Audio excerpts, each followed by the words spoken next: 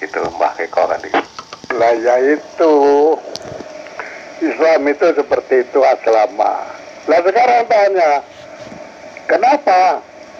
Lah sekarang agama, orang bilang agama. Agama itu artinya apa? Nah ini perlu pemahaman supaya tidak terjadi pertentangan gitu. Gitu. Demikian kalau saya, pengertian saya, pemahaman gitu. Agama adalah tuntunan hidup. Segala agama itu mengandung tuntunan hidup. Itu. Tapi yang paling komplit, ya tuntunan hidup dari Sang Pencipta kan itu. Tapi itu ya. Agama itu sebetulnya aturan atau akidah atau dalam arti syariatnya juga istilahnya aturan-aturan yang harus dilaksanakan sesuai dengan aturannya itu. Betul, semua agama itu ya diturunkan itu untuk mengatur semua manusia biar tidak dengan semaunya, maka diturunkan dengan adanya aturan atau akidahnya sesuai dengan agamanya masing-masing itu, atau istilah tuntunannya itu, tuntunan akidah dan aturan itu sesuai dengan agamanya masing-masing gitu Pak Eko kan. Oke, lah iya. Demikian tuntunan hidup itu saya pelajari. Agama Hindu tak pelajari, Buddha ngono, itu ngono, itu ngono. Yang paling komplit itu ya hanya agamanya Sang Pencipta. Karena segala kebutuhan manusia itu ada semua. Dari teknologi, dari alam semesta, dari dipandang dari seluruh segi, itu ada semua. Demikian setelah saya pelajari. Demikian. Karena kalau tidak ada tuntunan hidup dari Sang Pencipta, kita tidak tahu sebelum Sang Pencipta menciptakan alam semesta itu gimana, sesudahnya gimana, kelanjutannya gimana lah itu. Nah itu yang paling komplit, teknologi macam-macam gitu lah, itu yang untuk kebutuhan yang bernama manusia gitu. Karena tuntunan itu agama Islam yang berarti tuntunan hidup itu sudah disiapkan sebelum Tuhan menciptakan alam semesta kan. Iya, istilah karena yang terakhir ya. Jadi kan sudah dikomplit untuk semuanya. Gitu Mbak Eko. Betul itu, sudah ada semua. Untuk apa ya kita hidup itu kan, sebelum kita hidup di dunia kan kita hidup di alam kandungan. Setelah kandungan lahir kita hidup di alam gini, alam panah. Nah, nanti kan hidup lagi di alam akhirat. Jadi kan ada 3 fase, 3 kehidupan.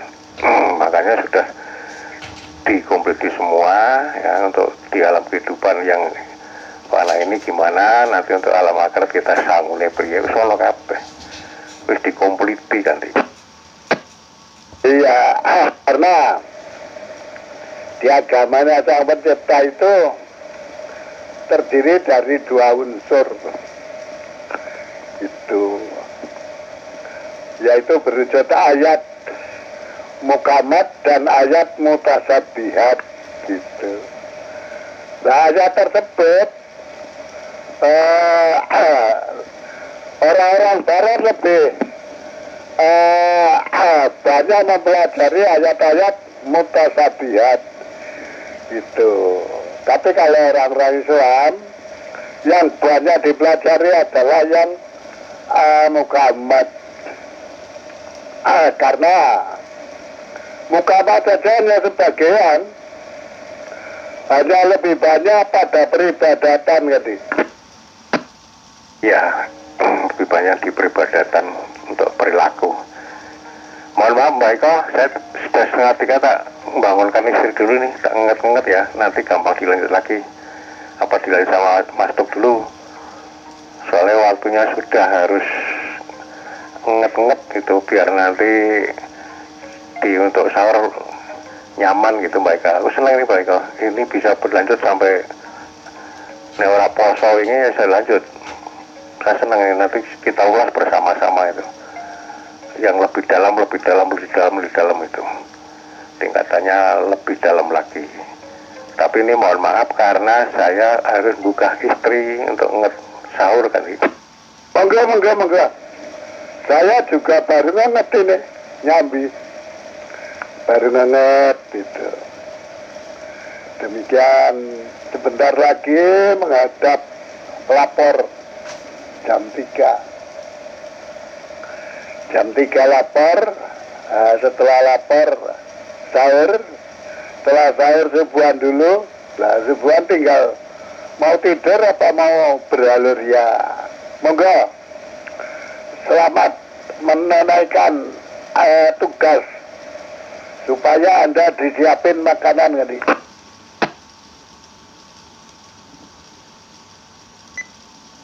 YB2EO Yankee Delta 15 Golf Foxtrot.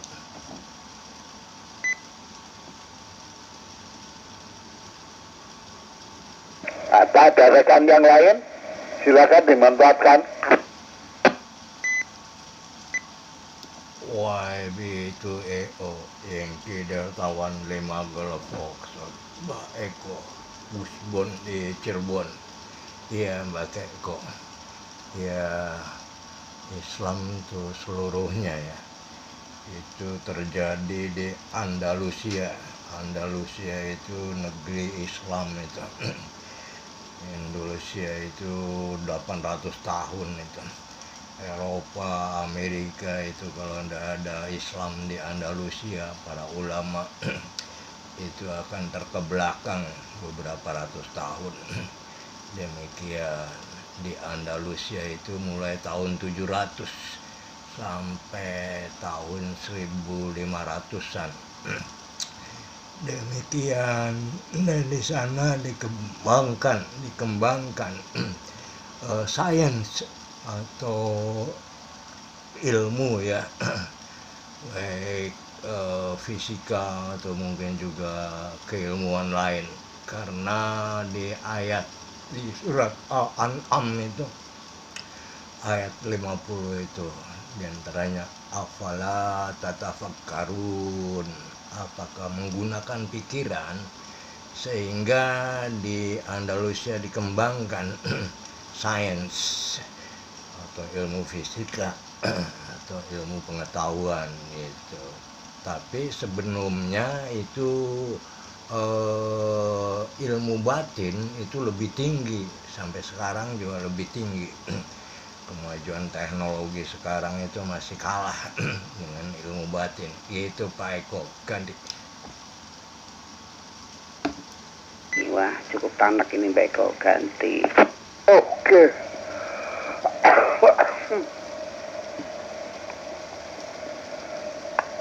Ya begitulah.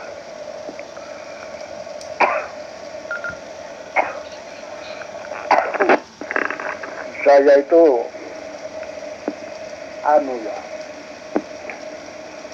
sudah beberapa saat kena penyakit batuk. Ya baru kali ini terlalu panjang. Selama saya berumur 80, sekarang sudah 87 ya, 33 ya. Sudah terasa. Ya baru kali ini atau selalu panjang tadi. Ya baik kok. Ya bisa disiasati dengan garam baik kok.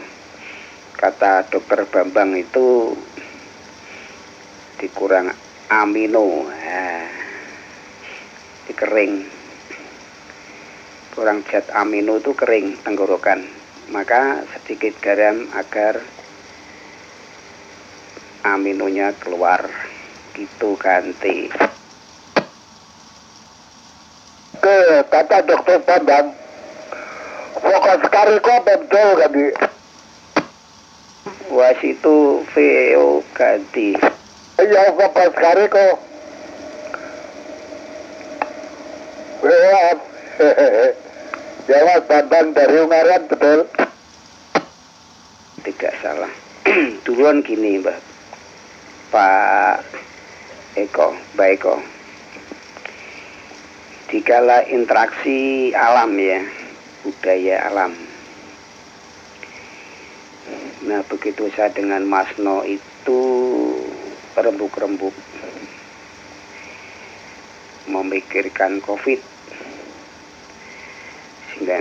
atau Corona itu,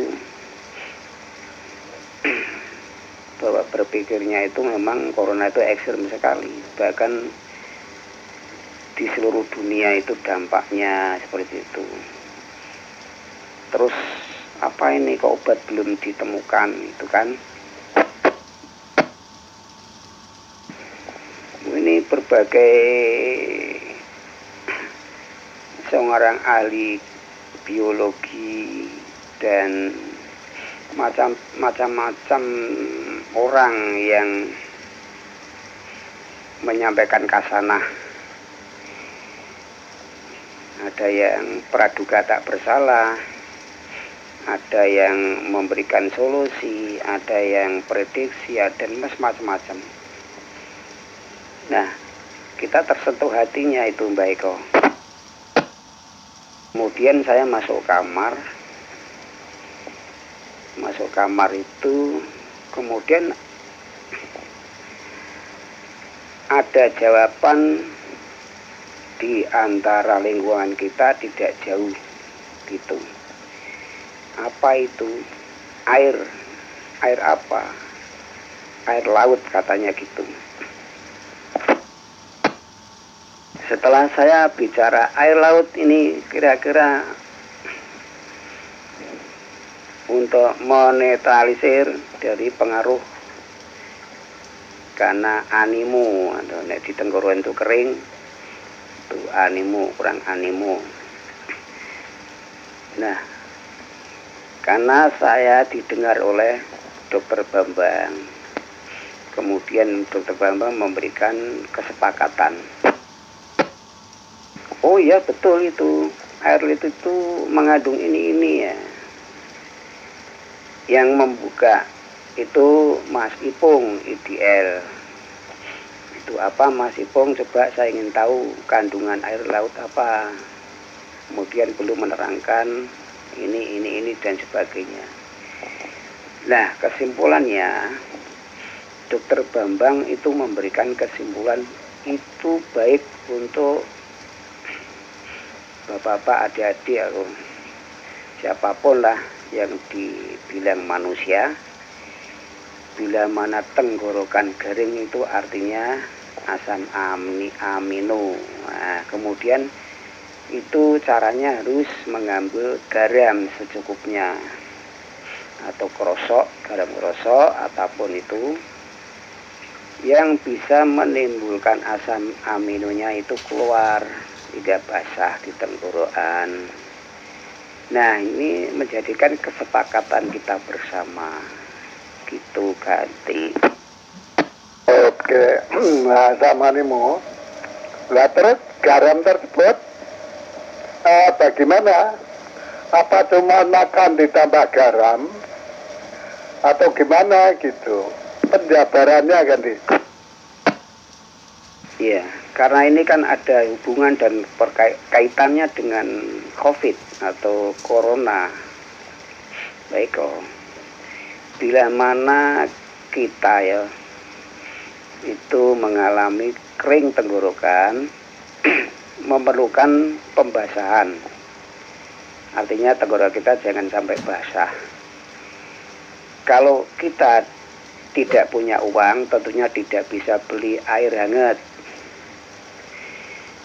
Nah, mendingan kita bawa garam secukupnya untuk sewaktu-waktu tenggorokan kita merasa kering. Ambil sedikit saja, dimasukkan di lidah,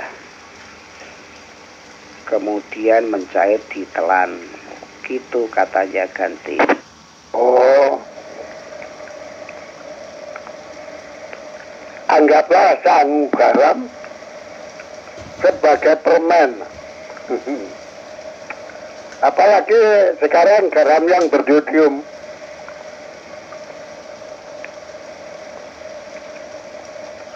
Jadi lebih enak di soalnya lembut. Begitu. Nah, seperti itu. Sebenarnya kalau saya lain pemahaman terhadap penyakit sekarang. Penyakit itu sudah terjadi pada periode kenabian tertentu. Zaman-zaman waktu itu sudah pernah terjadi. Zaman Ad, zaman Hud, macam-macam. Yang dikerutuk batu ada, yang macam-macam ada. Dan itu banyak penjelasan di kitabnya Sang Pencipta. Itu sudah banyak sekali penjelasan gitu. Jadi yang itu ada pemahaman mengenai bentuk dan keadaan begitu. Tapi insya Allah Sang Pencipta ini kan banyak ujian-ujian. Yang ada yang diselamatkan dan ada yang dikabutkan gitu. Begitu.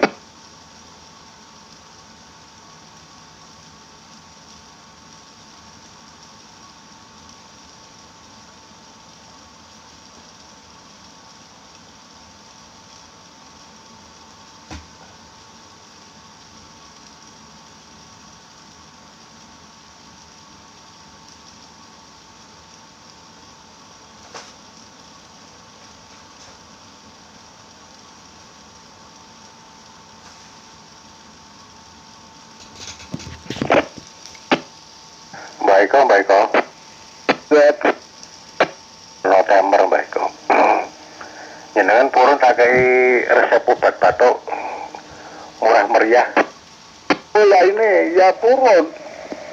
Saya semua coba. Saya juga sudah diberi dari Papa Tenggo Kilo. Itu lumayan daripada sebelumnya tadi. Dari Papa Tenggo Kilo apa Mbak Koto sebut kayak dulu, foto apa?